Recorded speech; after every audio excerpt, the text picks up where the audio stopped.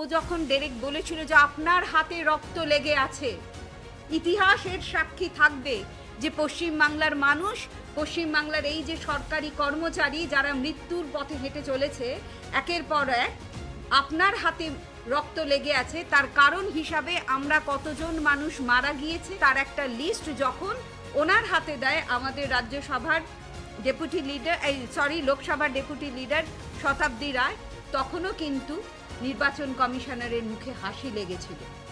আমাদের কথা তখনও ছিল যে আপনি আপনার মুখ থেকে হাসিটি সরান, কারণ আমরা এখানে এই ধরনের কথা বলতে আসিনি, রাজনীতি করতে আসিনি, আমরা এখানে মানুষের মৃত্যু নিয়ে কথা বলতে এসেছি। একটা মানুষের মৃত্যু আমাদের কাছে কষ্টদায়ক, কারণ সেই পরিবারে যে মানুষটি মারা গিয়েছে তাকে আমরা ফেরত দিতে পারবো না। সে হয়তো ওই পরিবারের একমাত্র উপার্জনকারী মানুষ, তাহলে তার মৃত্যুর দায় কে নেবে?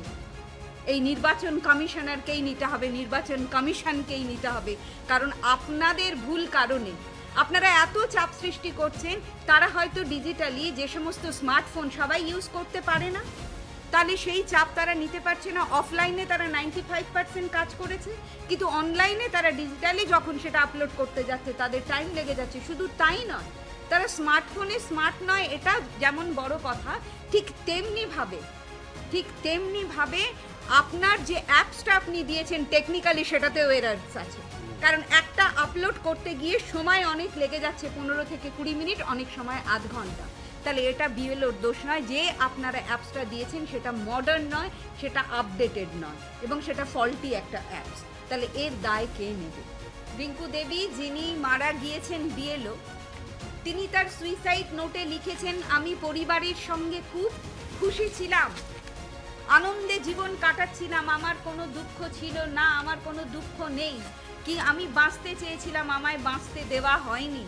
এখানে কিন্তু এই রিঙ্কুরও সেই কথা, আমি বাঁচতে চেয়েছিলাম, আমায় বাঁচতে দেয়নি, কাজের চাপ আমি নিতে পারিনি। তাহলে আমি যে বাঁচতে চেয়েছিলাম আমি বাঁচতে পারিনি, কাজের চাপে আমি বাঁচতে পারিনি, তাহলে সেই দাঁড় কার? সেটা নিশ্চয়ই পশ্চিমবঙ্গ সরকারের মুখ্যমন্ত্রীর নয়, নিশ্চয়ই আমাদের অভিষেক বন্দ্যোপাধ্যায় তৃণমূল কংগ্রেসের সাধারণ সম্পাদকের নয়, নিশ্চয়ই আমরা এই এতগুলো লোকসভা রাজ্যসভার এমপির নই।